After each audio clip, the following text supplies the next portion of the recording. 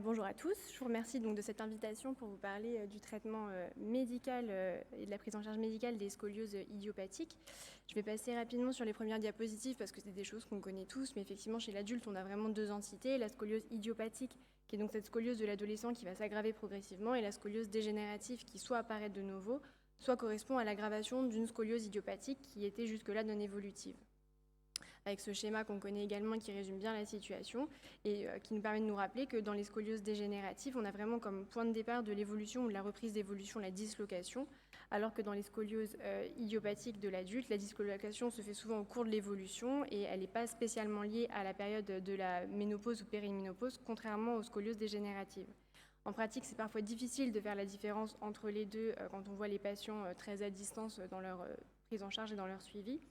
Mais c'est vrai que c'est une différence qu'on aime bien avoir justement pour encadrer cette période un peu compliquée de la ménopause.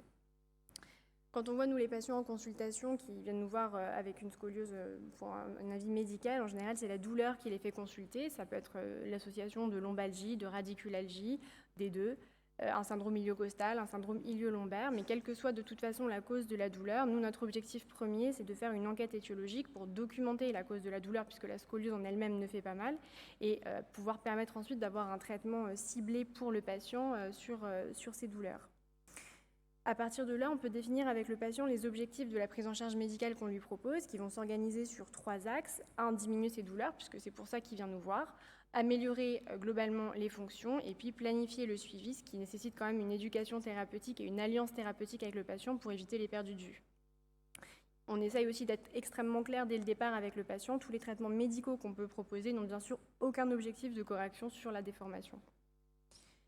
Nos traitements, à partir de là, vont s'organiser sur 2 axes. Un traitement pharmacologique qui va associer des antalgiques, qui sont les antalgiques qu'on connaît tous, qu'on prescrit en fonction des indications, contre-indications, niveau de douleur, tolérance, efficacité, avec comme règle générale que le moins, c'est le mieux. Et puis les traitements infiltratifs, qui vont être des traitements plus précis, plus ciblés, qui vont dépendre de notre bilan étiologique initial et qui vont être extrêmement variables, avec des infiltrations qui peuvent être facétaires, foraminales, canalaires, parfois intradiscales, ou alors locodolenti, ilio-lombaire ou iliocostal.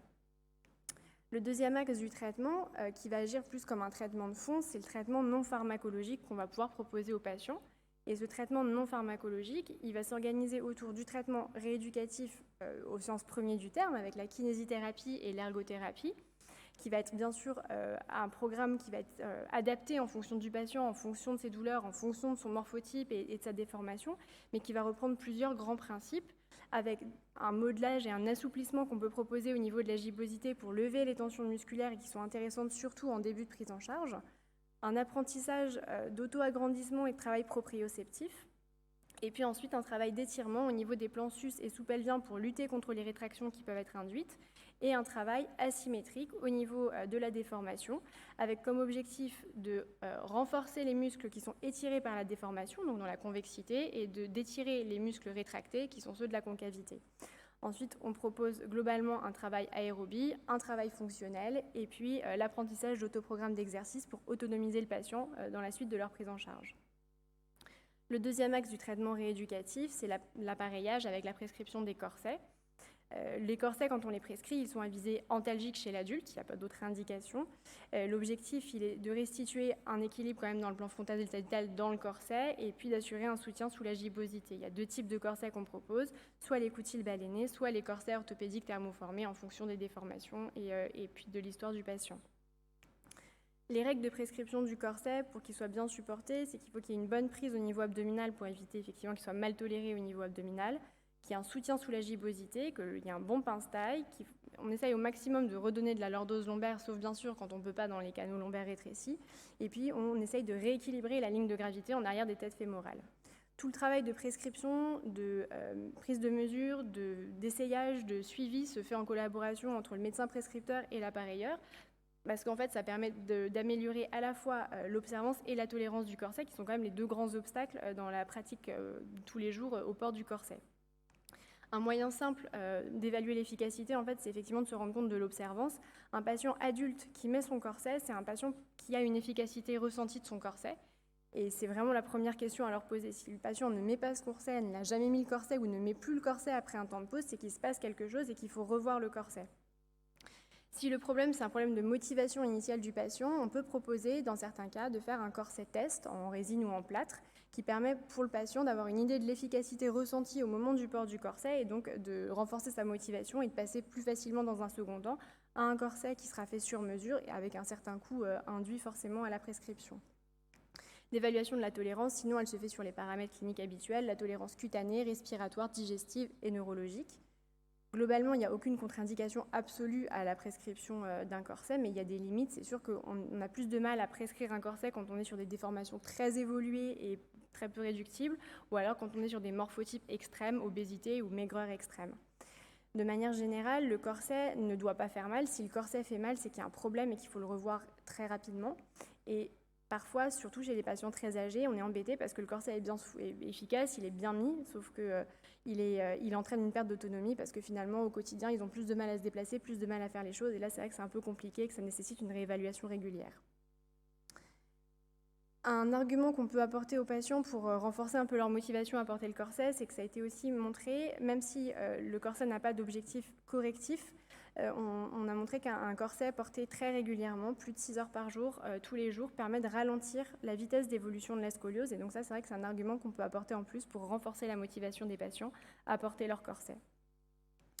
Ensuite, concernant la surveillance, notre surveillance, elle va être clinique, annuelle, sur des paramètres simples, l'interrogatoire, les symptômes, l'évolution des symptômes, sur des paramètres un peu plus durs, la taille, qui est un paramètre facile et reproductible, et puis les métrologies, la gibbosité, la gîte.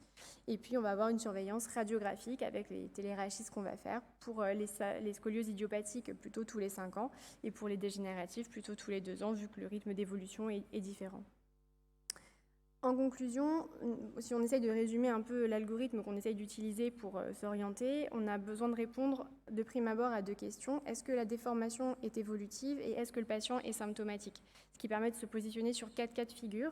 Une scoliose non évolutive avec un patient indolore, on va simplement proposer une surveillance. Une scoliose non évolutive mais douloureuse, on va faire notre enquête étiologique, on va identifier la cause des douleurs. On va traiter la cause avec un traitement infiltratif, éventuellement un corset, coutil en première intention ou corset après selon la déformation, et proposer de la kinésithérapie. Si on est sur une scoliose évolutive douloureuse, pareil, on va chercher la cause des douleurs, la traiter, on va rapprocher la surveillance et être plus volontiers à proposer un corset aux patients. Et puis enfin, si on est sur une scoliose évolutive et indolore, là c'est plus compliqué, on rapproche la surveillance, mais les traitements qu'on va pouvoir proposer, c'est plus difficile de les faire aussi accepter au patient puisque finalement, lui, il n'a pas de plainte spontanément. Et donc, du coup, on est obligé de vraiment insister sur l'éducation et l'évolution et les risques évolutifs. Et bien sûr, tout ça se fait en collaboration médico-chirurgicale pour le suivi des patients. Donc, pour conclure, pour nous, c'est important de bien distinguer effectivement les SIA et les scolioses dégénératives parce que pour le suivi, on sait qu'il y a des périodes qui sont plus à risque et qui nécessitent qu'on recentre notre attention sur ces moments-là. Que la scoliose en elle-même ne fait pas mal. Donc si un patient avec une scoliose vient, c'est en général pour une douleur et que ça nécessite, comme pour n'importe quelle rachialgie, en fait une vraie enquête étiologique pour identifier la cause de la douleur et permettre un traitement ciblé. Le traitement médical, c'est un traitement combiné avec des antalgiques, des infiltrations, de la rééducation et éventuellement de l'appareillage. Et puis enfin, on évalue et on réévalue très régulièrement les patients sur des paramètres cliniques et radiographiques avec une coordination médico-chirurgicale. Je vous remercie.